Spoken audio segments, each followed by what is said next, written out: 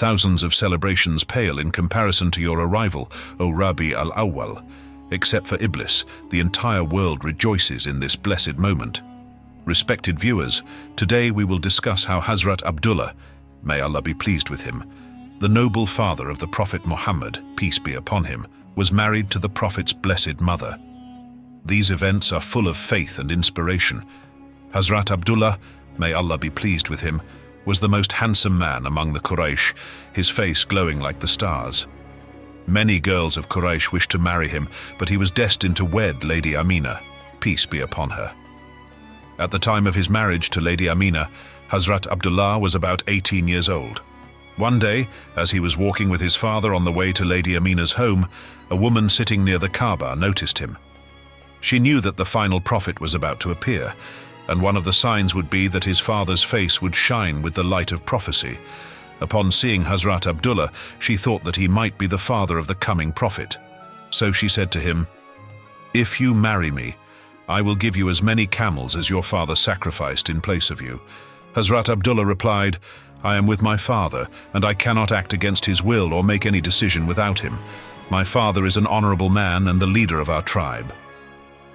Eventually, Hazrat Abdullah's marriage was arranged with Lady Amina, peace be upon her, who was the most respected woman in Quraysh in terms of lineage and stature.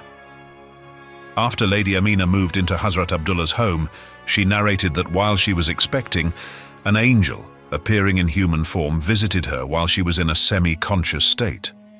The angel told her, "Do you know that you are carrying the leader of this nation and the master of all prophets?"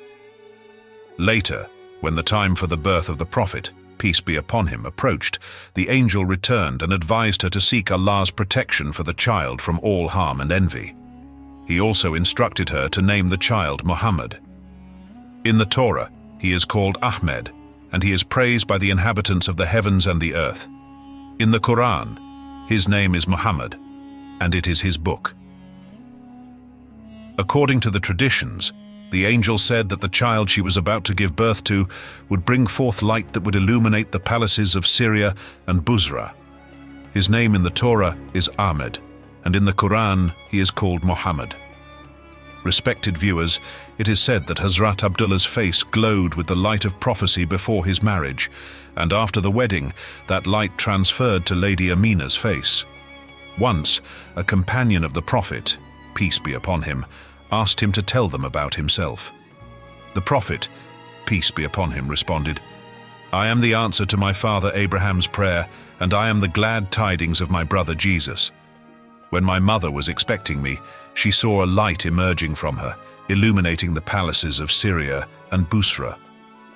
Lady Amina had told Lady Halima, the wet nurse, that her child was extraordinary and that she did not experience any discomfort or fatigue while carrying him. Viewers, these are just a few of the remarkable events that took place around the birth of the Prophet Muhammad, peace be upon him. He was sent as a mercy to the worlds, and even the weakest camel that Lady Halima rode became the fastest when the Prophet, peace be upon him, was seated on it. The birth of the Prophet, peace be upon him, is said to have taken place on either the 9th or the 12th of Rabi Ul Awal, corresponding to the 22nd of April in the Gregorian calendar. The midwife during his birth was Shifa bint Amr, the mother of Hazrat Abdul Rahman bin Auf. When the Prophet, peace be upon him, was born, his grandfather Abdul Muttalib was in the Kaaba. Lady Amina recalled seeing a light emerge from her body, which illuminated the palaces of Syria. She immediately sent news of the birth to Abdul Muttalib, who took the newborn to the Kaaba, prayed, and thanked Allah. On the 7th day, in accordance with Arab tradition, the child's akika was performed and a feast was held. Abdul Muttalib would often say, "My grandson will have a great stature."